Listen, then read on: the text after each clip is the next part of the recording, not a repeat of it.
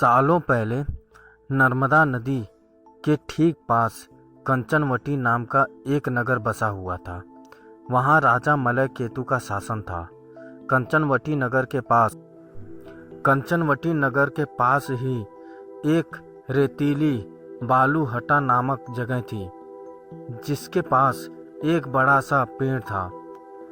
उस पेड़ में एक चील रहती थी और नीचे एक गीदड़। दोनों में गहरी दोस्ती थी।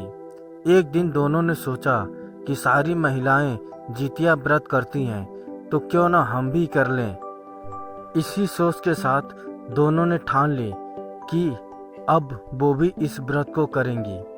उन्होंने श्री जीवतवाहन भगवान को मन ही मन नमस्कार करते हुए कहा, हम आपकी विधि पूर्वक पूजा व्रत पूरी विधि के साथ करेंगे। जैसे ही व्रत का दिन आया तो पास के ही एक धनवान व्यापारी की मौत हो गई। उसको अंतिम विदाई देने के लिए बालूहटा ही लाया गया, जहाँ गीदड़ और चील रहते थे। व्रत के दिन गीदड़ ने मरे हुए व्यक्ति को देखा तो उसे भूख लग गई। वो खुद को रोक नहीं पाई और मांस खाने की वजह से उसका व्रत उसी वक्त टूट गया। उस व्यापारी के शव को चील ने भी देखा था, लेकिन उसने व्रत के कारण उसे नहीं खाया। उसके बाद चील और गीदड़ दोनों अगले जन्म में कंचनवटी के भास्कर नामक ब्राह्मण के घर बेटी के रूप में पैदा हुए। चील का जन्म बड़ी बहन के रूप में हुआ, जिसका नाम सीलवटी पड़ा और उसकी शादी बुद्धिसेन नामक लड़के से कराई गई। गीदड़ का जन्म उसकी छोटी बहन कपूरावती के रूप में हुआ। समय होने पर उसका विवाह कंचनवटी के राजा मलय केतु से उसके पिता ने करवाया। भले ही कपूरावती विवाह के बाद कंचनवटी की रानी बन गई हो, लेकिन उसे बेटे का सुख नहीं मिला।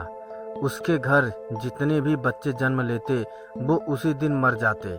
ऐसा होते होते कपूरावती काफी परेशान हो गई। इधर उसकी बड़ी बहन सीलवती को 7 बेटे हुए थे। जब उसके सारे बेटे बड़े हो गए तो उन्होंने महल में कार्य करना शुरू कर दिया।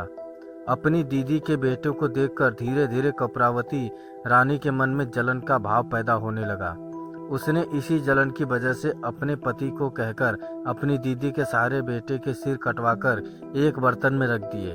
उन सभी 7 बर्तनों को कपूरावती ने लाल रंग के कपड़े से ढक दिया और अपनी दीदी सीलवती के पास भिजवा दिया। भगवान जीवतवाहन भी ये सब देख रहे थे।